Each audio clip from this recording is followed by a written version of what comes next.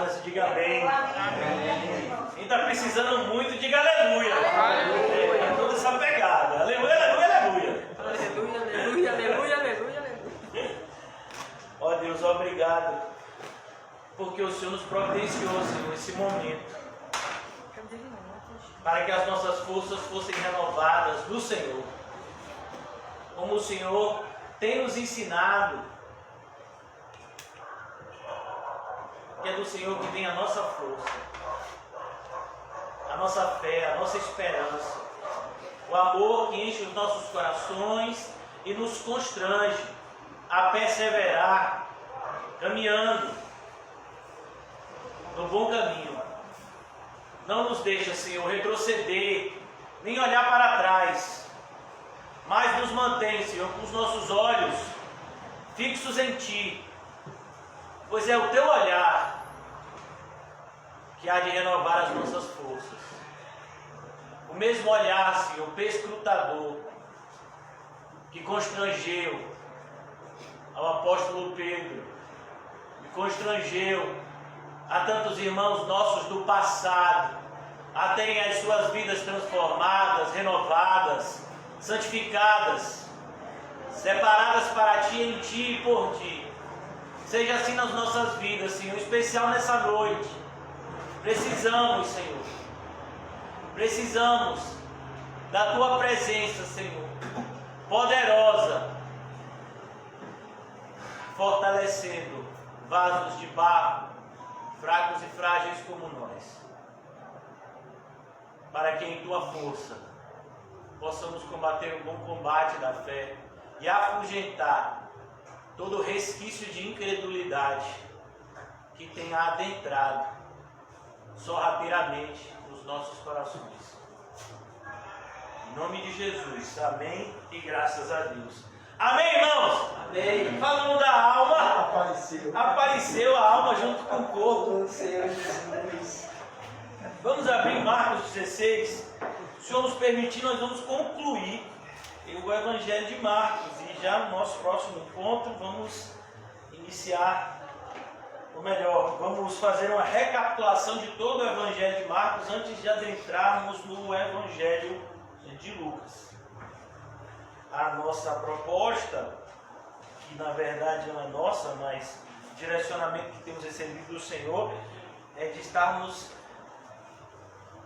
percorrendo livro por livro do Novo Testamento, né? Começamos meio que de trás para frente do Evangelho de João, Atos, então voltamos para Mateus, Marcos, Lucas e vamos continuar por todo o Novo Testamento, se Deus assim permitir. Vamos pregar expositivamente em todo o Novo Testamento, pela graça de Deus. Nós paramos no versículo de número 9, se eu não me engano, no nosso último encontro. Entre os versículos 9 e 11, falamos do aparecimento de Jesus a Maria Madalena. E eu queria retomar com os irmãos a partir de hoje. O título da nossa mensagem de hoje é também uma frase de motivação para que nós, enquanto cristãos, possamos ser motivados da maneira certa, que é através das promessas do nosso Senhor bendito. O título da nossa mensagem é A Caravana Não Pode Parar. Aleluia. E essa palavra caravana, ela é muito bonita. Se você for um dicionário, é um substantivo que significa grupo de peregrinos. Então, um grupo de peregrinos que estava peregrinando no deserto. Então, esse trajeto que eles faziam, né, de um ponto A ao ponto B, se chama de caravana. E é justamente nós, aqui enquanto igreja, somos uma caravana de caminhantes que saímos do ponto A, que é justamente a nossa regeneração, ao ponto B, que é a nossa glorificação, a nossa entrada no céu. Esse interregno, né, nós temos a nossa santificação, que é todo o caminho em que nós caminhamos com o Senhor, com os irmãos em Cristo, e somos santificados até a entrada dos portais do céu que estão abertos para nós, pela graça do Senhor. Essa é a nossa alegria. coisas que são do alto, visto que aqui na terra não temos esperança nenhuma, mas a nossa esperança está no Senhor. Então os irmãos já encontraram Marcos 16, ele está no Novo Testamento, amém? Eles que estão com um problema assim, ele está no Novo Testamento, é o segundo livro do Novo Testamento. Eu gostaria, se os irmãos me permitirem, ler o capítulo 16, a partir do versículo 1, para a gente ter um aproveitamento melhor, até porque a gente tem até 6 da manhã para estar aqui conversando sobre, né? Amém, irmãos? Amém. O irmão Paulinho disse, ela estava esperando, pastor. Aí me pegam. Passado o sábado, Maria Madalena, Maria mãe de Tiago e Salomé compraram aromas para irem embalsamá-lo. E muito cedo, no primeiro dia da semana, ao despontar do sol, foram ao túmulo e diziam umas às outras: quem nos removerá a pedra da entrada do túmulo? E olhando viram que a pedra já estava removida, pois era muito grande. Entrando no túmulo, viram um jovem assentado do lado direito, vestido de branco. Ficaram surpreendidas e atemorizadas. Ele, porém, lhes disse: não vos atemorizeis, buscais a Jesus o Nazareno, que foi crucificado. Ele ressuscitou, não está mais aqui. Vede o lugar onde o tinham posto. Mas ide, dizei a seus discípulos e a Pedro que ele vai adiante de vós para a Galileia, lá o vereis, como ele vos disse. E saindo elas, fugiram do sepulcro, porque estavam possuídas de temor e de assombro. E de medo, nada disseram a ninguém. Olha que coisa, né? Nós temos 2 tipos de medo. O medo que nos motiva a obedecer ao Senhor e o medo que nos paralisa. Aqui a gente está vendo uma demonstração de um medo que não é muito bom. Elas ficaram assombradas com aquilo que elas tinham visto. Nós, enquanto cristãos, por mais que o sobrenatural nos surpreenda, nós precisamos estar preparados para isso. Então, se você chegar na sua casa hoje e quando você apertar no botão da luz, as luzes começar a piscar, né, e aparecer um anjo do Senhor, você tem que estar preparado, amém? Não faça igual a Zacarias. Foi o que Zacarias fez. Zacarias vai apresentar incenso ao Senhor. Ele era sacerdote, o anjo aparece e ele fica desconfiando do anjo. Será que é anjo mesmo? Dá credencial, CPF aí do céu, né?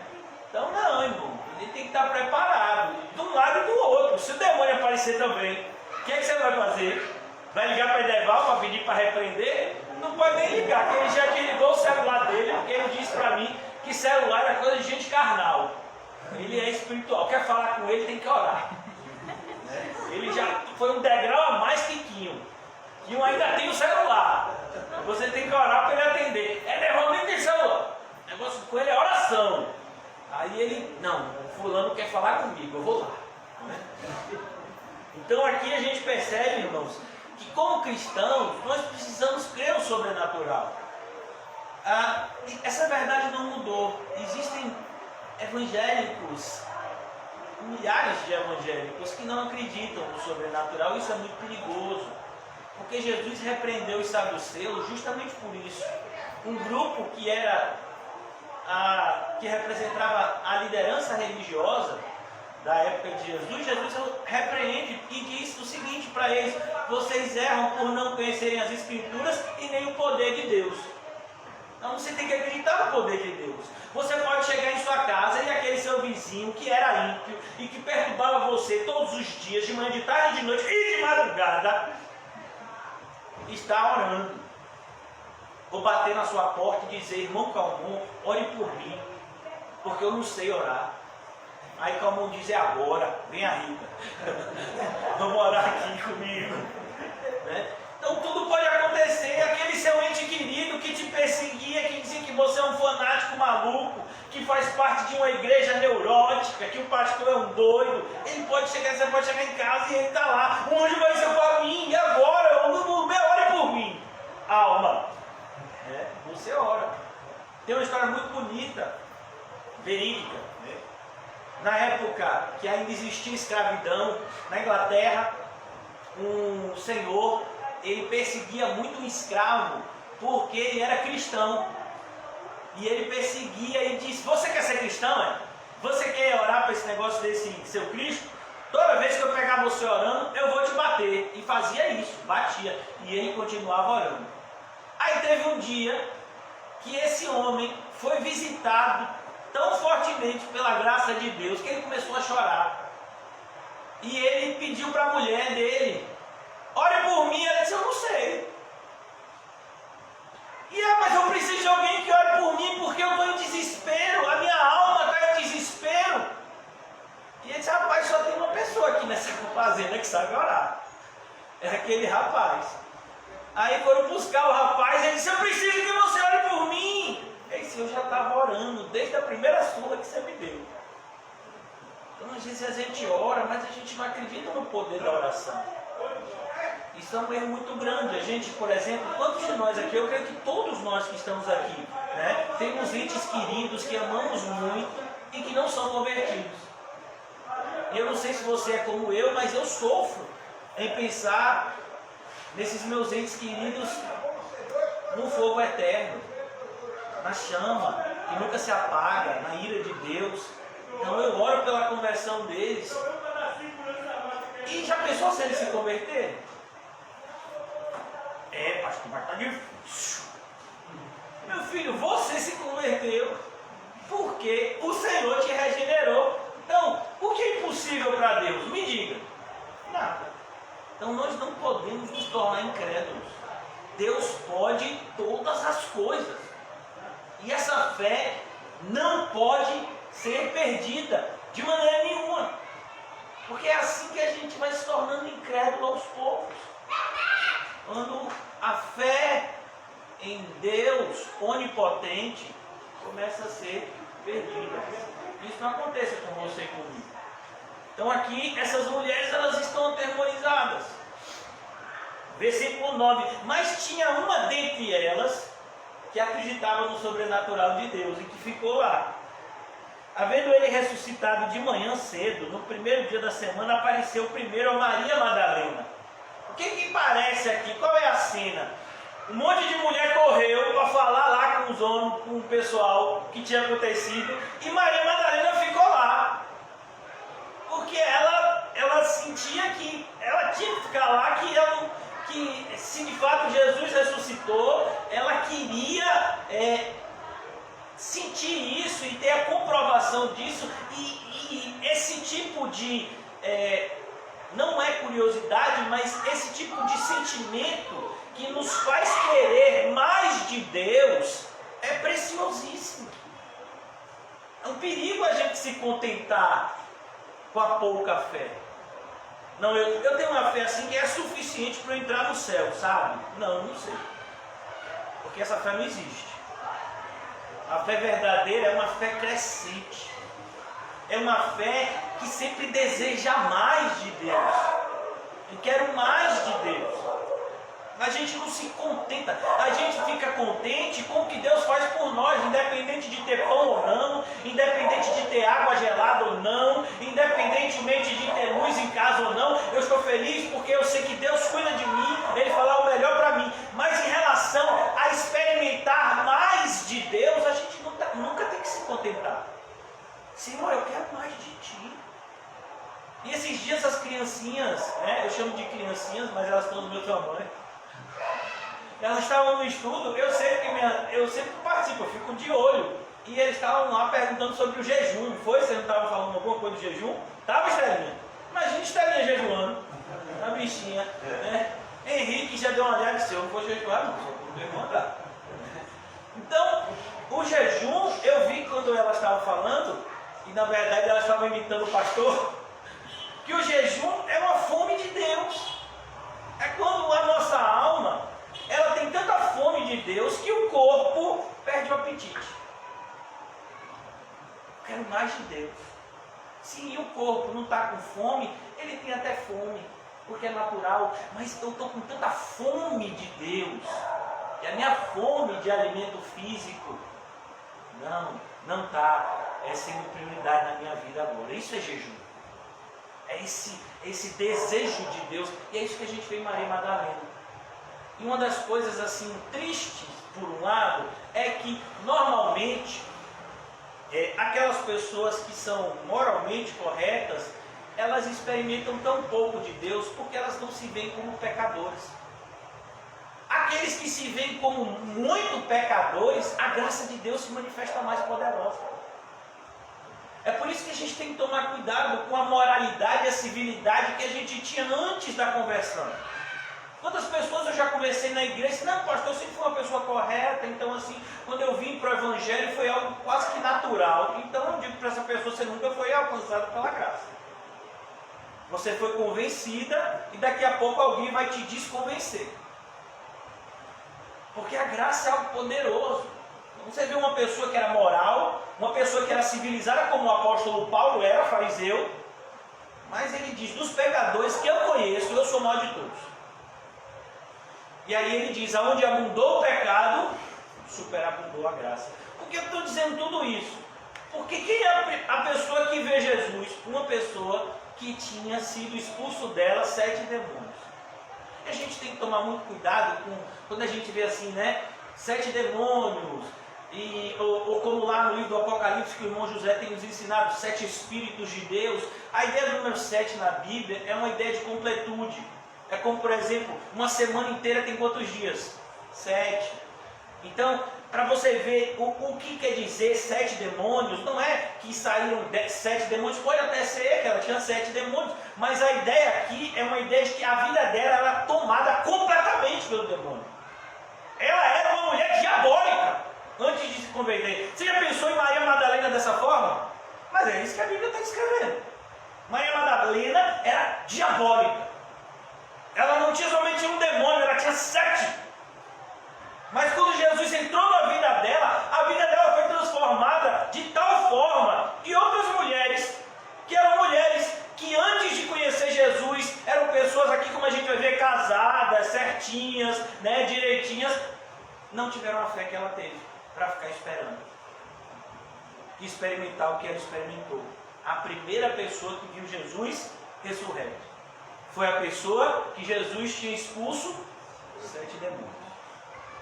Então, a primeira coisa que eu quero te dizer, irmãos, é que você não pode deixar de se enxergar como um grande pecador. O que fez Pedro tropeçar foi justamente a soberba.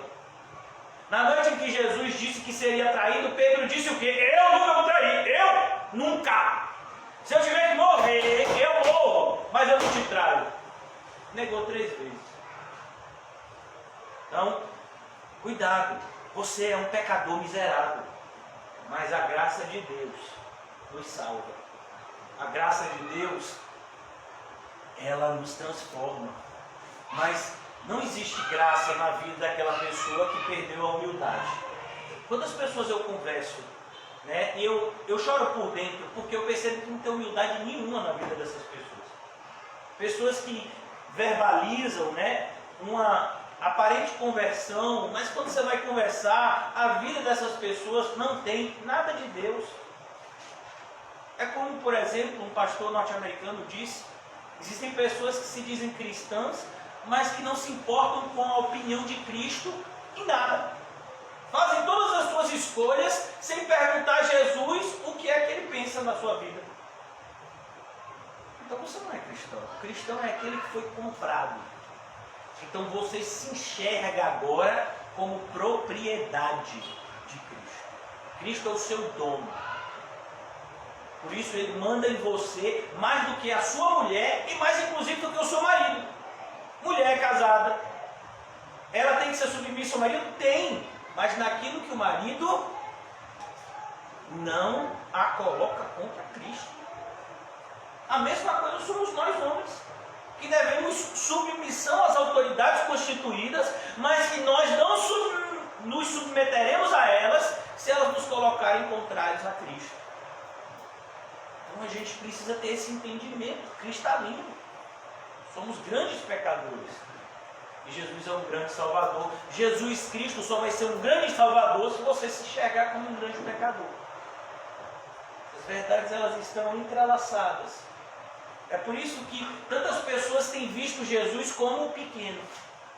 Porque Porque elas veem também o seu pecado como pequeno. Quando você vê o tamanho do seu pecado, da sua condenação, aí você pode valorizar o tamanho da salvação que ele alcançou em Cristo Jesus. É isso que a gente vê aqui em Maria Madalena. E que às vezes a gente não valoriza o que essa mulher está valorizando.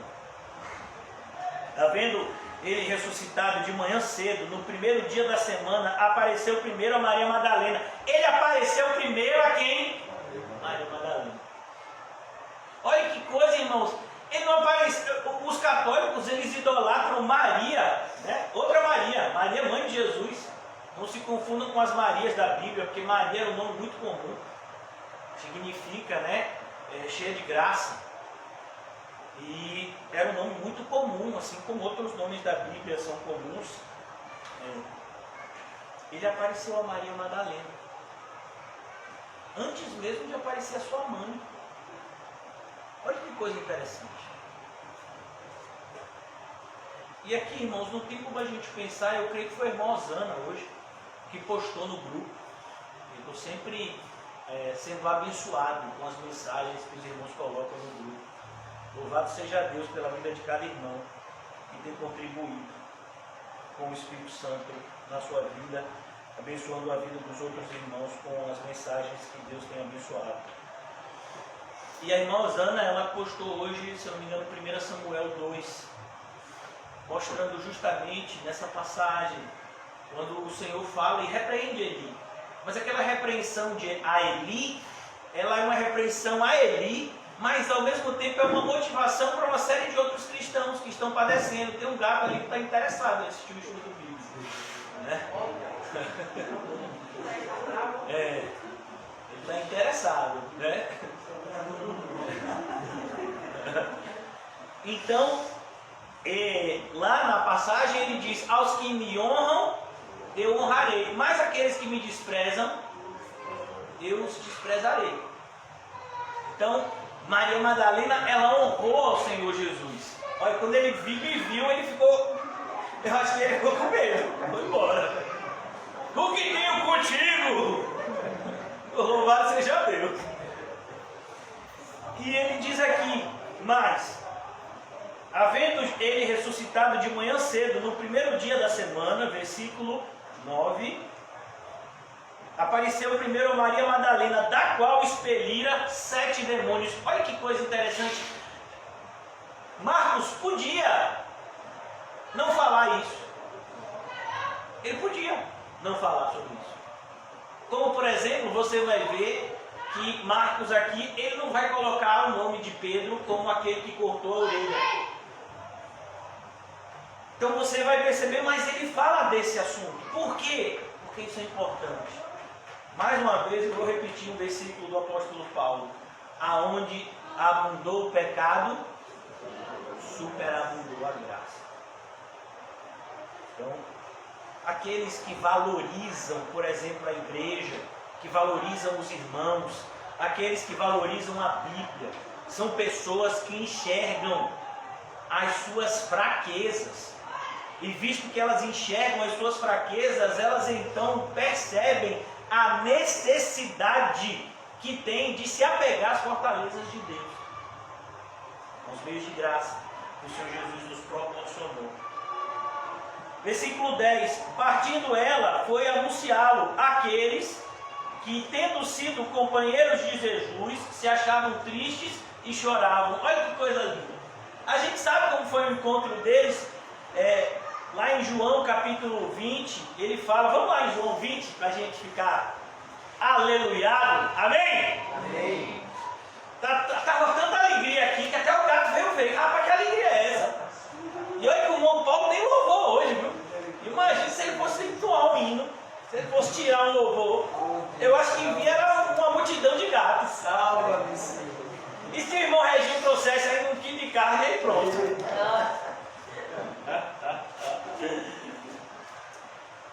João 20, 11, olha que coisa. Maria, entretanto, permanecia junto à entrada. Você percebe? As mulheres voltaram. João é mais detalhista. Maria permaneceu. Por que ela permaneceu? Às vezes chegou a mulher lá e disse, rapaz, aquela doida ficou lá.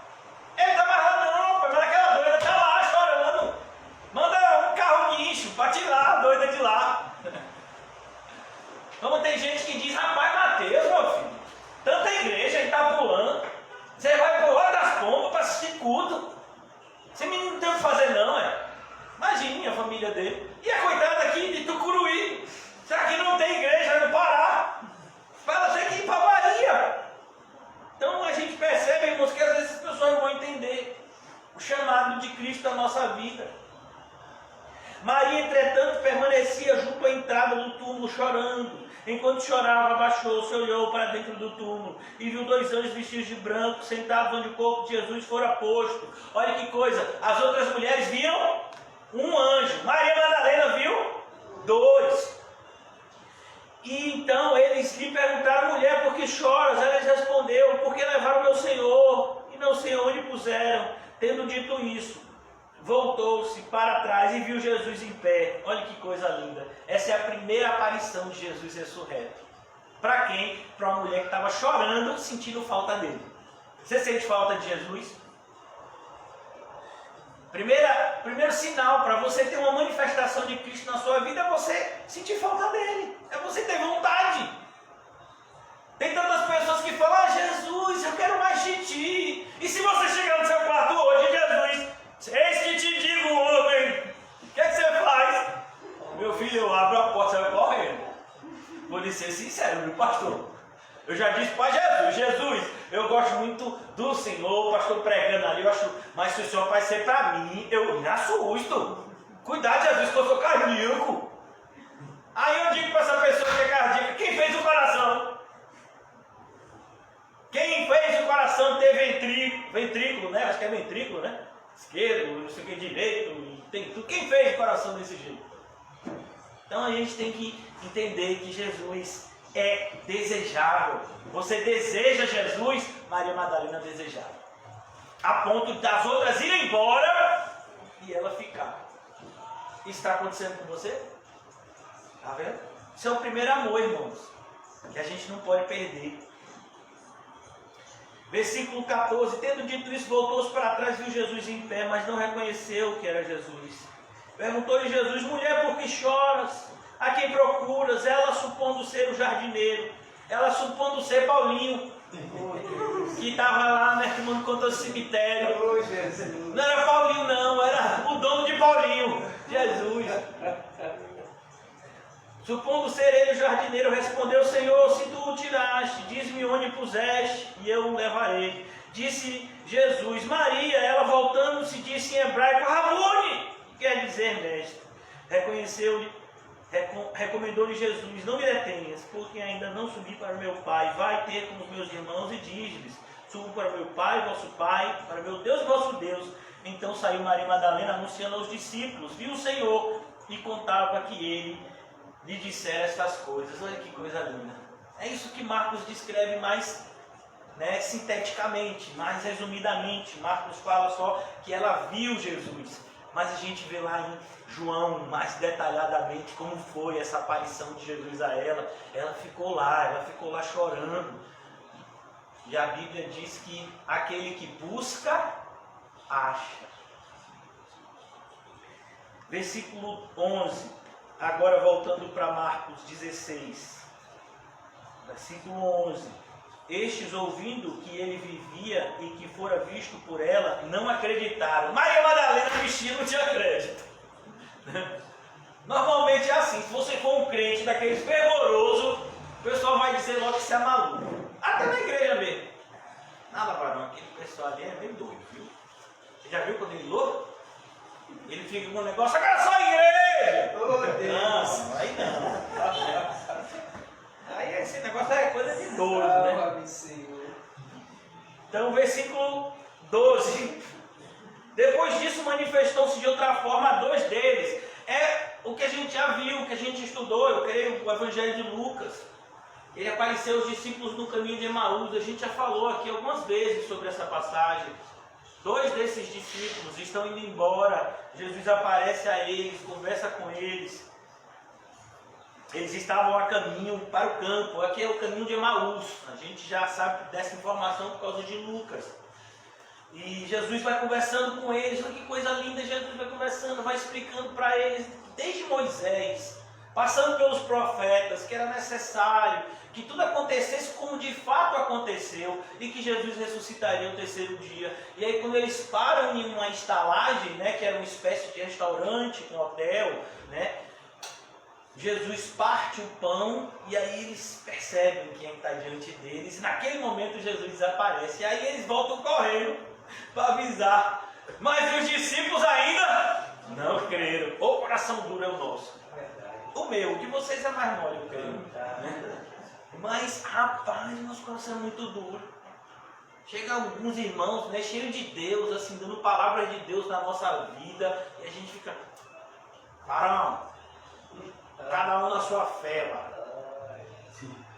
Eu sei que Deus é isso tudo, mas, varão, você tem a sua fé, eu tenho a minha. Né? Nosso coração é muito duro, irmão. Se está escrito na Bíblia, e o irmão vai lá e diz um versículo bíblico, e às vezes até manifesta, né, como esse versículo bíblico se cumpriu na vida dele. Isso é uma manifestação da graça de Deus na sua vida. Aprove ao Senhor que nós fôssemos fortalecidos uns aos outros na fé, uns dos outros, de maneira que a minha fé fortalece você, a sua fé me fortalece. A gente percebe, por exemplo, o que o autor da carta aos Hebreus nos diz no capítulo 10, que nós devemos estar juntos à medida que a volta de Jesus se aproxima. Por quê? Por que você acha que o autor de Hebreus diz isso? Porque o autor de Hebreus, ele sabia que antes da volta de Cristo tem o aparecimento de quem? De quem? Do anticristo. E vai enganar o mundo inteiro com sinais e prodígios, e só não conseguirá enganar a igreja, os verdadeiros crentes. E aí devemos estar juntos, admoestando. A palavra admoestar significa exortar, mas também significa estimular, incentivar ao amor e às boas obras. Ó, a sua fé, o seu bom exemplo, a palavra de Deus saindo dos seus lábios me fortalece. E vice-versa. É assim que a graça de Deus se manifesta. Então, versículo 12: depois disso manifestou-se em outra forma a dois deles que estavam a caminho do campo, e indo eles o anunciaram aos demais. Mas também a esses dois eles não deram crédito. Que nada, varão, a gente que aposta. Misericórdia. Se tivesse que aparecer, ia aparecer a Maria Madalena, que era demoniada. Disseram que saiu 7 demônios dela, eu acho que ainda ficou um, viu? Impressionante como a gente, né? A gente... Olha, irmãos, eu vou falar algo muito sério, eu vou tirar até o óculos para falar. Cuidado, mas muito cuidado. Porque nós aqui na igreja vamos ser tentados a desestimular aqueles que estão querendo mais de Deus e passar a mão na cabeça naqueles que estão se esfriando. Isso é algo do homem natural. Então às vezes vem um irmão e diz assim: varão, esse mês eu fui chamado ao Senhor de fazer mais para Deus. Aí, ô irmão, cuidado para não exagerar. Tem que ter equilíbrio, varão. Eu sei que você gosta de Deus e tudo, mas também não é assim não. Aí tem uma pessoa que diz: ó, esse mês eu fui chamado a fazer bem menos para Deus, passar uns tempos assim, fazendo nada para Deus. Pode ser que isso seja de Deus, porque realmente, né? Deus conhece o coração de cada um. Tomar história, rapaz! Vê uma pessoa que quer fazer mais e você desestimula, e vê uma pessoa que diz que quer fazer menos e você diz aí é por aí. Por quê, irmão? Porque a gente é tentado a querer fazer menos. E aí quando a gente vê gente querendo fazer menos, a gente se identifica. Quando a gente vê gente querendo fazer mais, a gente diz: não é exagero, eu nunca vou conseguir chegar aí, eu não quero que você chegue também. Olha que coisa diabólica. Mas essa é uma tentação perigosa para nós que somos cristãos. Por isso, enquanto nós estivermos na caravana, cuidado. A caravana, me perdoe até a redundância, ou o pleonasmo, como queira, a caravana, ela está subindo para cima. ela não está descendo para baixo. Me perdoe até a redundância. Mas é para chamar a atenção mesmo. Nós estamos sendo chamados para fazer mais. Não para fazer menos. Esses dias a família de uma pessoa que está congregando com a gente, uma pessoa que a gente ama muito, que tem um passado assim, de muito sofrimento, de inclusive dependência química, está na igreja, firme na fé, a família está achando ruim. E era bom quando estava na droga? Quando estava no álcool? Era bom daquele jeito. Agora que a pessoa está firme, está na igreja, firme, orando, ajudando outras pessoas, agora está ruim? Olha que coisa diabólica. E ainda vem para o pastor, e que o pastor diga para a pessoa, para dizer, faça menos para Jesus, meu filho de mim não vai ouvir isso nunca. Nunca. Eu vou dizer a uma pessoa para dizer, faça menos por Jesus. Eu vou dizer para essa pessoa, cuidado, perdoe os seus familiares, não sabem o que dizem. Mostre para esses familiares que estão cheios do demônio, que você está cheio de Deus. Inclusive tratando bem eles, mesmo quando eles te tratarem mal, injustamente. Mas dizer para um irmão que está no caminho certo, que ele está no caminho errado, aí eu não sou pastor, meu filho. Esse não é. Nunca espere isso de mim. Esses dias eu fui conversar, aconselhar uma pessoa, e a pessoa disse, né, porque é tão difícil, quando eu vou para a igreja, eu sinto que a palavra é sempre dura, e eu fui muito sincero, olhei para essa pessoa e disse, sabe por que você sente isso? Porque você perdeu o primeiro amor há muito tempo. A pessoa não gostou muito não do que eu vi, porque o cara desse tamanho. Mas é o meu papel. Se você quer ouvir mentira, você pode ligar a televisão, num monte de canal evangélico e ficar ouvindo mentira o dia todo. Mas eu fui chamado para falar a verdade para vocês. Enquanto vocês estiverem carregando a cruz, renunciando a tudo e seguindo a Jesus, não espere aplausos do mundo. E quando eu falo do mundo, inclusive dos seus familiares, dos seus vizinhos, das pessoas próximas. Você vai ser uma pessoa educada, você vai ser uma pessoa civilizada, você vai ser uma pessoa que trata as pessoas bem porque você é cristão, você é luz. Mas não espere isso de volta. Não espere reconhecimento dos outros, porque senão você vai se frustrar.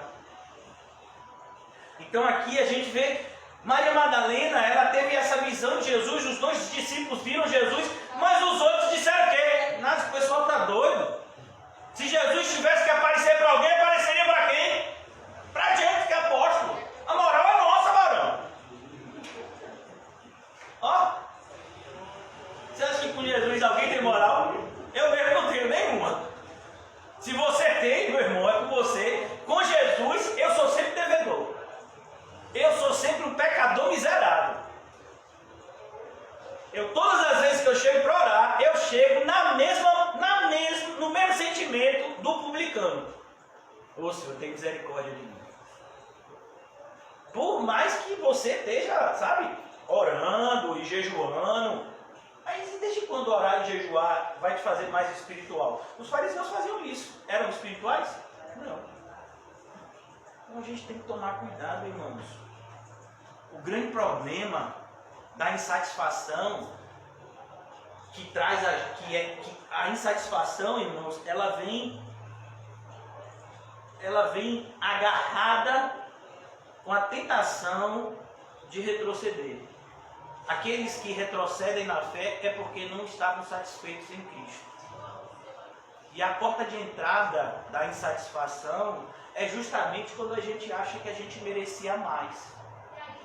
Eu acho que Jesus devia me tratar melhor, eu sou um cristão tão legal. Eu vejo tanta gente que faz menos que eu e Jesus tem dado mais moral para eles. Meu filho, por que você está olhando para a vida dos outros? Em primeiro lugar, como é que você sabe que Jesus está dando mais para eles? Na Bíblia não diz que quem Jesus ama, Jesus dá uma vida boa, não. Quem Jesus ama, Ele corrige. Todas as vezes que... Teve uma pessoa mesmo que está desviada, uma pessoa que congregou com a gente, que teve um período no CAC, que se dizia até meu filho na fé. Cuidado que é nessa verdade que se cumpre, os filhos matarão o próprio pai. E essa pessoa, ela dizia, pastor, eu vejo assim na sua vida que toda vez que você faz alguma coisa assim que não devia fazer, Jesus vem logo, ó, pega, né? Eu disse, louvado seja Deus. Eu nem tinha percebido isso. Mas que bom que você percebeu. Me senti amado agora. Aí ele ficou todo sem graça. Porque eu digo, mas esse não é um sinal de que Jesus ama? Porque Jesus corrige a gente. Então a gente tem que tomar cuidado, porque eu estava até falando sobre isso. A gente não acredita, né, muito nessas informações aí desse ambiente aí de desespero que o mundo está vivendo, porque a gente sabe que Deus continua no controle. Mas, por mais que a gente acredite que Deus continua no controle, essas informações muitas vezes nos desestabilizam. É como se você estivesse respirando fumaça. Vamos imaginar que alguém estivesse fazendo uma fogueira aqui embaixo. A gente não está aqui embaixo, a gente não está perto da fogueira, mas a fumaça sobe. Daqui a pouco tem um irmão que está com o olho vermelho. Se tiver uma pessoa aqui mais alérgica, vai estar espirrando. Então é assim, o mundo, ele vai de todas as formas se entranhando. É por isso que a gente toma banho. Uma vez, minhas filhas, eu já disse lá em casa que é no mínimo 3 banhos por dia. Todas as vezes elas tentam diminuir, principalmente agora no inverno. Aí quando elas sabem que é a hora que eu sei que eu vou tomar banho, meu pai, precisa tomar banho agora? Eu digo, precisa, mas eu tomei de manhã. Sua pele não vai cair não, viu? Pode tomar. Então a gente tem que tomar muito cuidado, irmão, porque se a gente lavou hoje, tem que lavar amanhã. A gente viu isso em Apocalipse recentemente. O limpo, limpe-se mais ainda. Não é necessidade. A gente que está limpo, a gente tem uma necessidade de se sentir ainda mais limpo. E isso é bom. Então aqui, versículo 14, diz assim: finalmente apareceu Jesus aos 11. Por que aos 11? Porque Judas tinha se enforcado. Já estava morto. Cuidado, irmãos. A falsa fé mata. Judas não estava fora da igreja. Judas estava não somente dentro da igreja física, mas dentro do colégio apostólico. Judas estava na liderança. Mas a falsa fé mata. Assim como a verdadeira fé vivifica. Finalmente apareceu Jesus aos 11, quando estavam à mesa, e censurou-lhes a incredulidade e dureza de coração. Será que se Jesus aparecesse aqui, ele não faria a mesma coisa? Mas vocês ainda estão assim. Vocês já deviam estar, mais adiante na caminhada. A caravana de vocês já deviam estar em outro lugar. Vocês estão andando devagar demais. Vamos dar uma acelerada nesse passo aí. Ô Jesus, é que eu estou mancando. Depois com o pimpo, Jesus na coluna pegou. Paulinho, ô Jesus, é porque eu estou tendo que levar a Ana em Polirite. Eu estou pesado aqui. Mateus, pastor, agora a Fabiana está pesando também, pastor. Agora não sou eu, não, a Fabiana aí, ó. Não, irmão, a gente tem que correr com perseverança a carreira que nos está proposta. Finalmente apareceu Jesus aos 11, quando estavam à mesa, censurou-lhes. Olha que coisa linda. Por mais que eles estivessem aqui, né, eles deveriam demonstrar e ter uma fé maior, mas eles tinham fé suficiente para continuarem juntos. Isso é bonito demais. Olha a importância de ter fé para continuar na igreja. A gente tem problemas, irmãos, mas o bom pastor sabe resolver os problemas do seu rebanho. Não é fora, não é saindo do rebanho que os problemas são solucionados. Então aqui eles estavam com o coração duro, não foi que Jesus disse? Eles estavam com a fé quase que se esvaindo, mas eles estavam juntos. Olha a importância de manter a unidade em momentos difíceis como esse que a gente está passando. Eles estavam juntos no mesmo lugar. Eles não estavam juntos virtualmente. Estava todo mundo lá, os 11, no mesmo lugar, numa mesma casa. E a gente sabe muito bem que a maioria deles tinha família. Mulher, filhos. Mas eles estavam juntos, mesma casa, no mesmo lugar, quando Jesus apareceu. Não é bonito isso, irmão? Ver o poder de Deus de manter junto aqueles que Ele ajuntou em uma família, que é a família cujo Pai é Deus.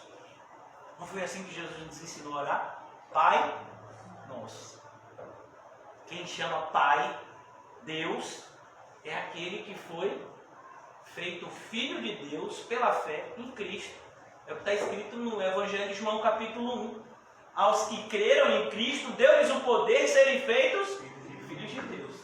Não nasceram da vontade da carne, nem do sangue, nem do homem, mas nasceram da vontade de Deus.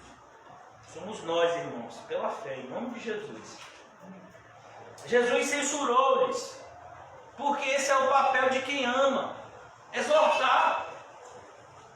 Mais uma vez eu vou repetir, irmãos, a gente vive num mundo onde a linguagem natural do homem é a mentira.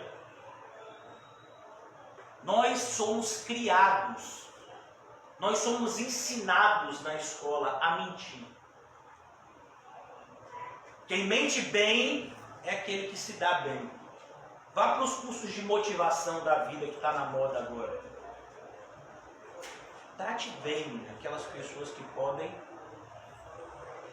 te acrescentar alguma coisa. Aqueles que não podem, trate mal.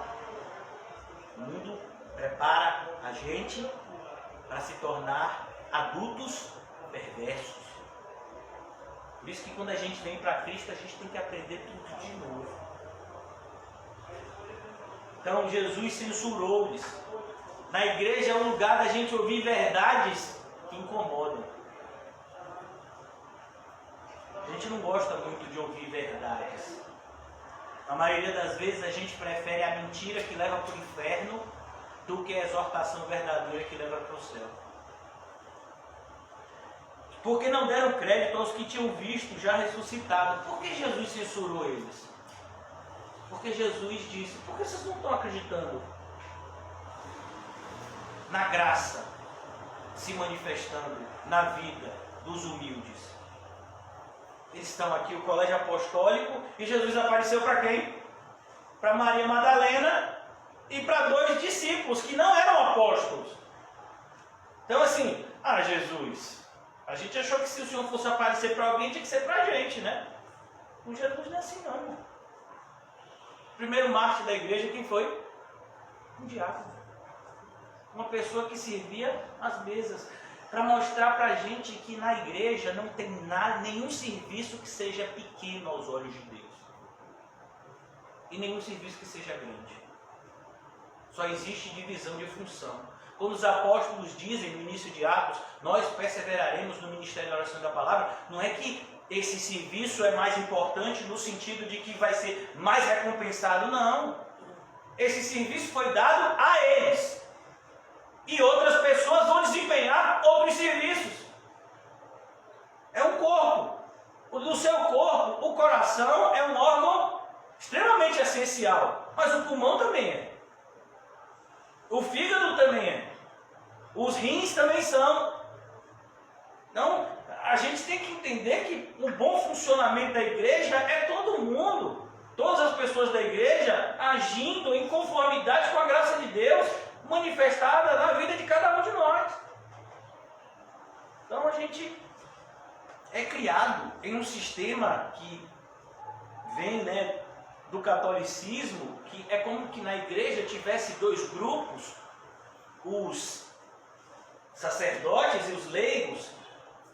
No movimento protestante, no movimento evangélico, tem os crentes espirituais e os crentes carnais. Irmão, não é assim não. Na Bíblia diz, tem os verdadeiros crentes e tem os falsos crentes. Os 2 também da igreja. Quem é você? Então, lá no capítulo 25 de Mateus, diz o quê? Aqueles que fizeram, aqueles que não fizeram. Estava onde? Dentro da igreja. Então, cuidado, porque às vezes a gente é tentado a dizer, olhe, eu estou naquele grupo assim, menorzinho, mas eu creio que eu também vou para o céu. Não, meu filho, é todo mundo aqui nivelado. Qualquer um, desde que quem arrumou a igreja, a quem está pregando, o Senhor vai pagar da mesma forma. Se lembra da parábola? Trabalhou o dia inteiro, trabalhou meio-dia, trabalhou 1 hora, recebeu o quê? Mesmo salário. Por quê? Porque a gente só faz aquilo que a graça de Deus nos permite fazer. De maneira que quando a gente faz, a glória é de quem? De Deus. E não nossa. Então tem que ser assim. Amém? Amém. Então Jesus censurou. Versículo 15. E disse-lhes: ide por todo o mundo. Apesar de Jesus censurar, Jesus viu neles a capacitação que ele mesmo tinha dado, para que eles cumprissem a missão. Por isso que o título da nossa mensagem hoje qual foi? A caravana não pode parar. Vamos, irmãos, a caravana Não pode parar. Aí, gente, isso aí. Agora eu fiquei corajoso. Agora eu vou descer dessa escala aí. Varão. Ó Senhor Jesus. Agora eu estou na fé de Paulinho. A gente sempre tudo crente. E disse-lhes: ide por todo o mundo. Ide por todo mundo. Você acha que Kikinho já visitou Bruxelas à toa? Olha aí. Quando os irmãos for para a Europa, aqui vai ser o guia. As irmãs aqui, você acha que elas são assim, da cor da parede branca? Por quê? Porque elas vão pregar na Europa, né? Vão se familiarizar. Então a gente tem que entender, irmãos, a gente não foi chamado a viver de maneira egoísta e local. Não, a gente tem que ter uma visão mundial, universal. Eu sei que esses dois nomes são perigosos, porque são duas igrejas demoníacas, né? Mas o adjetivo é esse. A igreja, ela é do mundo inteiro. A igreja tem que alcançar todas as pessoas do mundo, todos os lugares do mundo. Então a gente vai para Sapé-Açu, a gente vai para São Felipe, mas a gente também vai para outros países, se Deus mandar. Porque às vezes a gente tem uma visão tão diminuta e ao mesmo tempo é uma visão tão egoísta, né? Não, eu tenho que ir para os meus. Às vezes Deus vai te levar para outros e vai levar outros para os seus. Normalmente ele faz assim. Então, aqui ele diz, versículo de número 16. Perdão, versículo ainda 15. Ide por todo o mundo e plante igrejas, é isso? Não. Pregai o evangelho a toda criatura. Qual é o nosso papel? Pregar o evangelho. Seu papel qual é? Pregar o evangelho. Eu fico assim, irmãos, eu fico muito triste, para não dizer indignado, quando eu vejo às vezes uma pessoa que se diz crente, virando para um incrédulo e ensinando para o incrédulo a respeito de princípios morais que são exclusivos do crente. Então, por exemplo, honra pai e mãe. Isso é um princípio para quem? Para o crente. Uma pessoa que não vê Deus como pai, ele jamais vai honrar pai e mãe da maneira certa, por mais que ele ache até que está honrando. Não, eu sempre respeitei meu pai, sempre tratei meu pai de Senhor, sempre fui um filho obediente. Sim, não, nunca foi. Porque o pai mais importante que ele tinha que honrar, você não honrou. Aí vem a pessoa e fica pregando às vezes para o filho incrédulo. Você quer me honrar? Meu filho, você tem que falar para o seu filho do evangelho. Você tem que pregar para a sua esposa do evangelho, para o seu marido do evangelho, para o seu vizinho do evangelho, para o seu patrão, para a pessoa que trabalha com você do evangelho. E não ficar pregando moralidade e civilidade. Aí você vai, por exemplo, para um centro de recuperação, como eu já fui para tantos. Sabe o que eles pregam lá? Provérbios. Tem gente que fica 2, 3 anos no centro de recuperação, nunca ouviu falar do evangelho. Como assim? Jesus morreu pelos meus pecados? Não, o pessoal estava dizendo aqui, negócio de provérbio aqui, a gente deu um provérbio por dia. E não prega o evangelho? Não, nunca ouvi. Prega o evangelho. Ah, pastor, mas a gente já pregou o evangelho umas 100 vezes. Ainda é pouco. Uma vez perguntaram para Lutero, por que você prega o evangelho todo domingo? Porque eles tinham reunião de maneira dominical na época deles. Porque todo dia a gente precisa do evangelho. Por que às vezes a gente se sente perdido? Porque a gente deixou de pregar o evangelho, para a gente mesmo. Quando você pergunta para uma pessoa, e aí, irmão, vamos para o céu? Ô, pastor, estou tentando. Por que uma pessoa diz assim? Deixou de crer no Evangelho. O Evangelho não é você indo para o céu na sua força. É você indo para o céu na força de Cristo. É você conseguindo fazer coisas que aos seus olhos e aos olhos de outros seriam impossíveis. Pelo poder de Deus. Que se aperfeiçoa na nossa fraqueza. Isso é Evangelho, irmão. Então a gente tem que tomar cuidado, porque todos os dias somos tentados a passarmos por passagens da Bíblia e nos esquecer do Evangelho. Não, ó, vou falar para o meu vizinho, isso, ele vai ter que ouvir. Olha, varão! Você que é ímpio, varão! Aquele que faz o mal, vai levar mal, viu? Isso é verdade? Mas você pregou a Cristo para ele? Porque Evangelho é juízo e salvação. Se você pregar só juízo, não é Evangelho. Se você pregar só salvação, também não é Evangelho. Tem que pregar as duas coisas. É igual, por exemplo, se você receber uma nota de R$200. Ô, pastor, estou orando. Nossa, R$200 é o Lobo Guará. Não é isso mesmo? É ou não é, irmão? Vocês que têm dinheiro aí. É o Lobo Guará, né? R$200. Aí, Regina já disse, Regina aí. Meu irmão, camarada que mexe com carne tem que ter dinheiro. Carne, quer quitar a carne, não é? Então, você pega um Lobo Guará, o camarada lhe dá R$200, ele dá uma felicidade, né? E a nota de R$200 é bem pequenininha. Né? Acho que já é para enganar mesmo. Ela é bem pequenininha. Mas imagine que só tem um lado, do outro lado está em branco. Ô, mano, esse lobo aqui está com problema. Cadê o outro lado? Não, aí você também já quer demais. Você quer uma cédula de R$200 com os dois lados impresso? Se tiver só um lado, não vale nada. É igual a dinheiro do banco imobiliário. Quando quando jogava banco imobiliário quando era criança, acho que me achava milionário. Vou comprar a Vieira Souro. Nunca, nem sei o que é isso. Acho que é uma rua cara aí de algum lugar. Não, eu já comprei o Morumbi. Morumbi é meu, vou botar 2 casas aqui nele. Você se acha milionário. Acaba o banco imobiliário, não tem dinheiro nem para comprar pipoca. Meu filho, cuidado. E você não está depositando a sua esperança naquilo que é nuvem, naquilo que é névoa, naquilo que não existe. A sua esperança tem que estar na rocha, para que quando vierem as tempestades, nós permaneçamos firmes. Então prega o Evangelho.